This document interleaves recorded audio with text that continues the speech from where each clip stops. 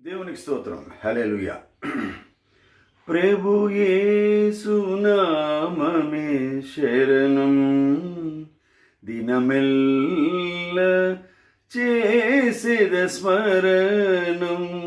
అవును, దేవుణ్ణి మనం ఏదో సమయంలోని ఒక అర్ధగంటో లేకపోతే ఇంకేదో ఒక సమయం కాదండి, ఎల్లవేళ మనం దేవుణ్ణి స్మరించాలి. ఎందుకంటే ఆయన చేసిన ఉపకారాలు మనం ఒక్కసారి అవగాహన చేసుకుంటే మనం స్తుతించకుండా ఉండలేం.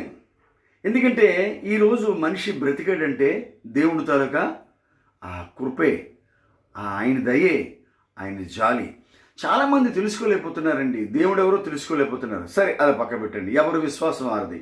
ఎవరి విశ్వాసాన్ని నేను కించపరచను, అది నాకు అవసరం లేదు కూడా.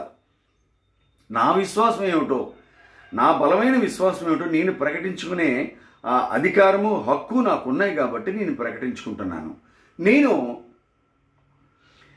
నేనే కాదు, ఏ క్రైస్తవుడైనా, నిజమైన క్రైస్తవుడా, అబద్ధపు క్రైస్తవుడా, యాక్టింగ్ వేషాధారణ క్రైస్తవుడు తెలుసుకోవాలంటే ఆ వ్యక్తి సాధారణంగా అబద్ధాలు ఆడండి. తన పేకి మీదకి వచ్చిన ప్రభువా నాకేంటిది పరిస్థితి అని ఆలోచిస్తాడు.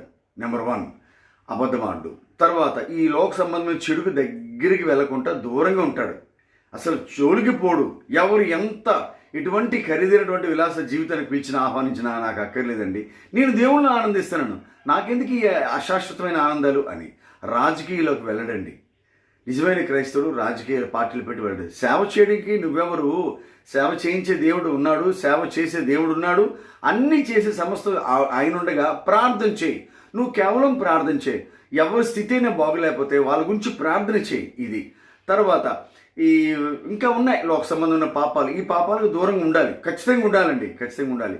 అయితే నీకేమైనా బలహీనతలు ఉంటే దేవునికి నువ్వు సమర్పించుకోవాలి. అయ్యా నాకు ఈ బలహీనత ఉంది, ఈ బలహీనతతో నేను బాధపడుతున్నాను, వీటి నుంచి నాకు విమోచన కలిగించవా అని నువ్వు వేడుకుంటే, అసలు నువ్వు దేనికి వచ్చావు యేసు ప్రభు దగ్గరికి? నీలో ఉన్న బలహీనతలు పోవడానికి, నువ్వు చేసిన పాపాలకి నిత్య నరకాగ్ని పాలవకుండా ఆ పాపాలు ఆయన భరించాడు కాబట్టి నువ్వు నిత్యం పరలోక రాజ్యానికి వెళ్ళడానికి ఆయన మార్గం చూపించాడు. యేసు ప్రభువుకి కులం మతం లేదండి, ఆయన మార్గమే ఉన్నాడు. నిత్య రాజ్యానికి నిన్ను తీసుకెళ్ళడానికి ఆయన అర్హుడు, సమర్థుడు. ఎందుకంటే నువ్వు చేసిన పాపాలకి నువ్వు శిక్ష అనుభవించుకుంటా నిన్ను తప్పించి ఆయన అనుభవించాడు. అందువలన నిత్యం నిత్యం నిత్యం నడుస్తూ, ఎక్కడైనా పనిచేస్తూ, ఆఫీసులో పనిచేస్తూ, నిద్రపోతూ ఆయన కలవరం, ఆయన మాటలే. దేవునికి స్తోత్రం. ఇది నిజమైన భక్తి అండి. వాళ్ళు నిజమైన క్రైస్తవులు. దేవునికి స్తోత్రం. హల్లెలూయా.